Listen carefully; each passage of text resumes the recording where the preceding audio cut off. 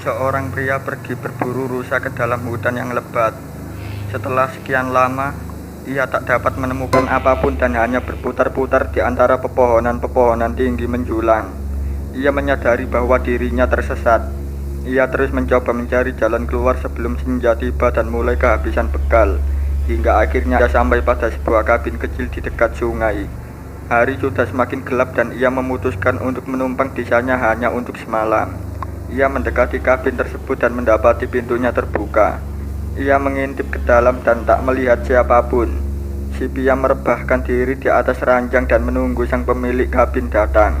Ia memperhatikan sekeliling dan terkejut bahwa ada banyak lukisan wajah menghiasi dinding, masing-masing dengan detail yang begitu memukau. Satu hal yang membuatnya takut adalah karena semua lukisan tersebut entah bagaimana seakan menatap tajam ke arahnya dengan ekspresi yang penuh kebencian. Si pria perlahan merasa tidak nyaman dan menutup kedua matanya. Tak berapa lama kemudian ia jatuh terlelap. Cahaya mentari pagi yang menerobos masuk melewati celah dinding kayu yang membangunkannya dari tidur nyenyaknya. Ia mengusap wajah dan menyadari sesuatu yang janggal. Tidak ada satupun lukisan di dalam kabin itu, kecuali lusinan jendela-jendela yang mengitarinya.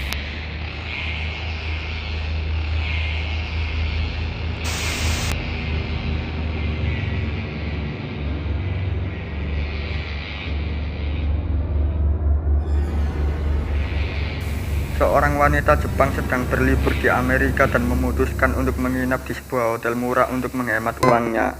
Saat ia tiba di kamarnya, ia menyadari bahwa ia berada di kamar nomor 66 di lantai ke-6.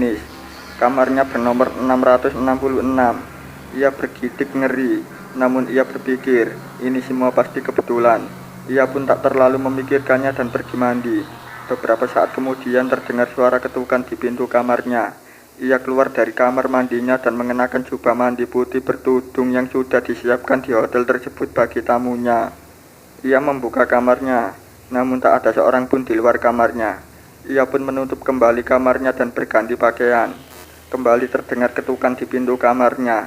Ia membuka kamarnya dan melihat seorang gadis kecil memakai jubah mandi bertudung yang sama persis seperti yang tadi ia pakai. Hanya saja warnanya merah. Ada yang bisa saya bantu? Di mana orang tuamu? Ia melihat bahwa gadis kecil bertudung merah itu tampak habis menangis. Saya terkunci di luar kamar. Anda bisa membantu saya? Wanita itu memutuskan untuk membawa gadis itu ke resepsionis. Kasihan, pikirnya. Gadis itu tampak kebingungan. Dalam perjalanan ke resepsionis, ia bercakap-cakap dengan gadis itu. Siapa namamu? Gadis itu tak menjawab. Mungkin gadis ini sudah diajari oleh orang tuanya untuk tidak bercakap-cakap dengan orang asing, pikir wanita itu. Ia bertanya lagi, di mana orang tuamu? Tidak tahu. Apa kamarmu di lantai ini juga? Gadis itu mengangguk. Akhirnya mereka sampai di depan meja resepsionis. Bisa Anda bantu gadis kecil ini? Ia terkunci di luar kamarnya. Resepsionis itu melongok. Gadis yang mana? Gadis berjubah merah ini. Namun ketika wanita itu menoleh, tak ada seorang pun di sana. Aneh, ia tadi ada di sini. Katanya ia menginap di lantai 6, sama seperti saya.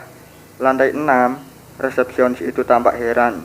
Namun hanya Anda tamu yang menginap di lantai 6. Tapi tadi ada gadis yang memakai jubah mandi bertudung warna merah. Resepsionis itu menghela nafas. Anda sudah bertemu dia, rupanya. Dia siapa? Dahulu pernah terjadi sebuah tragedi di hotel ini. Kami tak suka membicarakannya. Namun karena Anda sudah melihat dia, apa boleh buat. Dahulu ada sepasang suami istri menginap di lantai 6 bersama anak perempuannya. Mereka menginap di kamar nomor 66, sama seperti Anda. Namun mereka berdua bertengkar dan sang suami menembak istrinya. Ia lalu membunuh anaknya sendiri. Saat itu, anak itu memakai jubah mandi putih yang langsung berwarna merah karena terkena darahnya. Tapi pria itu tetap tidak puas. Ia mengisi senjatanya dan mulai menembaki semua orang di hotel ini, karyawan dan para tamunya. Nafas wanita itu terasa terhenti karena ketakutan. Namun cerita sang resepsionis ternyata belum selesai. Resepsionis itu lalu berbalik dan menunjukkan lubang merah di punggungnya. Lihat, di sini ia menembakku.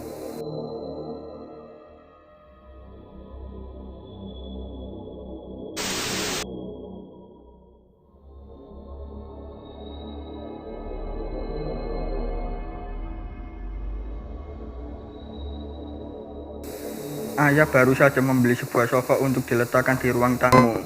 Sofa tua yang hangat dan nyaman. Ya, ayah membeli sofa ini saat acara garage sale. Suatu hari, aku sedang bermain sendirian di ruang tamu, dan aku melihat sebuah paper bag tergeletak di lantai tepat di depan sofa itu. Aku penasaran, apa isi paper bag itu. Jadi, aku berjalan ke arah paper bag itu. Baru saja aku akan mengambil paper bag itu, sepasang tangan tua menyeramkan muncul dari bawah sofa dan meraih paper bag itu. Aku lari dari ruang tamu mencari ibuku. Kutemukan dia di dapur sedang mencuci piring. Aku ceritakan apa yang terjadi. Ibuku hanya tertawa dan menganggap itu hanya bualan imajinasiku saja. Setelah kejadian itu, aku selalu menjauh dari sofa tersebut. Bahkan, aku tidak pernah mau bermain di ruang tamu lagi. Sampai suatu saat, sofa tersebut hilang. Tidak ada lagi di ruang tamu. Bahkan sudah digantikan oleh sofa yang baru. Aku bernafas lega, dan seiring berjalannya waktu, aku melupakan kejadian itu.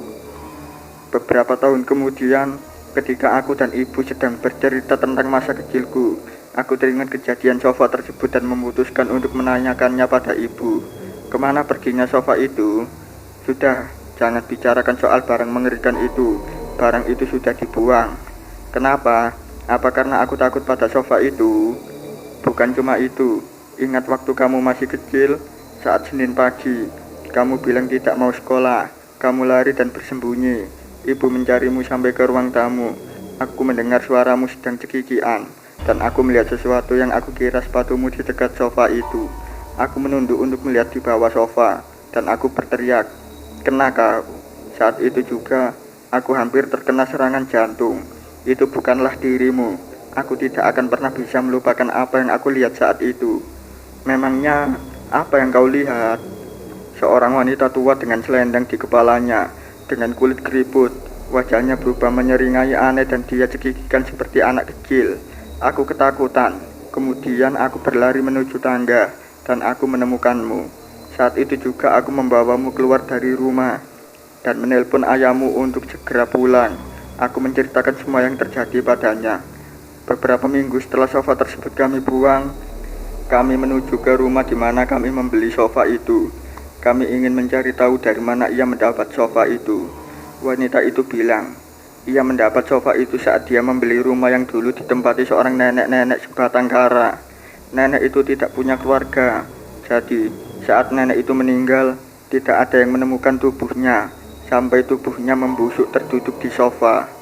Ya, sofa tua yang kita beli waktu itu. Aku tidak bisa berkata apa-apa. Kejadian masa kecil yang begitu menyeramkan. Suatu hari, saat aku berjalan-jalan di kota, aku melihat sesuatu yang familiar terpajang di sebuah toko. Ya, sofa tua kami. Dan ketika aku memperhatikan lebih dalam, seseorang menyeringai seram sambil melambaikan tangannya dari bawah sofa.